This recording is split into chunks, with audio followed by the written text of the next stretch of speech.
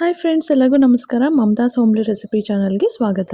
Friends, ಈ ವಿಡಿಯೋದಲ್ಲಿ ನಾನು ಒಂದು ವಿಶೇಷವಾದ ಹಣ್ಣಿನ ಬಗ್ಗೆ ಹೇಳ್ತಾ ಇದ್ದೀನಿ.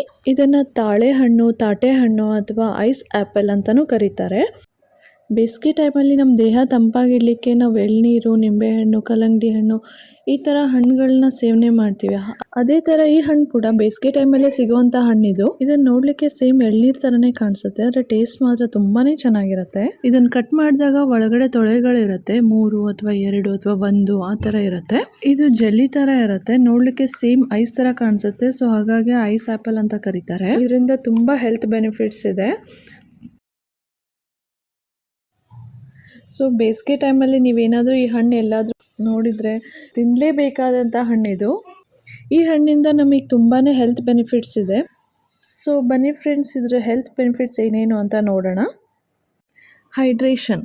ಬೇಸಿಗೆಯಲ್ಲಿ ಸ್ವಾಭಾವಿಕವಾಗಿ ನಮ್ಮ ದೇಹದ ಉಷ್ಣತೆ ಹೆಚ್ಚಾಗ್ತಾ ಹೋಗುತ್ತೆ. ಸೊ ಇದರಿಂದ ಅನೇಕ ಕಾಯಿಲೆಗಳು ಉಂಟಾಗ್ಬೋದು. ಇಂಥ ಟೈಮಲ್ಲಿ ಈ ಹಣ್ಣನ್ನು ಸೇವನೆ ಮಾಡ್ತಾ ಬಂದರೆ ಉಷ್ಣತೆ ಆಗಿರ್ಬೋದು, ನಮ್ಮ ಬಾಡಿನ ತಂಪಾಗಿಡೋಕ್ಕೂ ತುಂಬ ಹೆಲ್ಪ್ ಮಾಡುತ್ತೆ. It boosts energy. ಬೇಸಿಗೆ ಟೈಮಲ್ಲಿ ನಮಗೆ ಸುಸ್ತಾಗೋದು, ಟಯರ್ಡ್ನೆಸ್ ಆಗೋದು ತುಂಬ ಆಗ್ತಾ ಇರುತ್ತೆ. ಸೊ ಈ ಹಣ್ಣು ತಿನ್ನೋದ್ರಿಂದ ನಮಗೆ ಇನ್ಸ್ಟೆಂಟ್ ಎನರ್ಜಿ ಕೂಡ ಕೊಡುತ್ತೆ.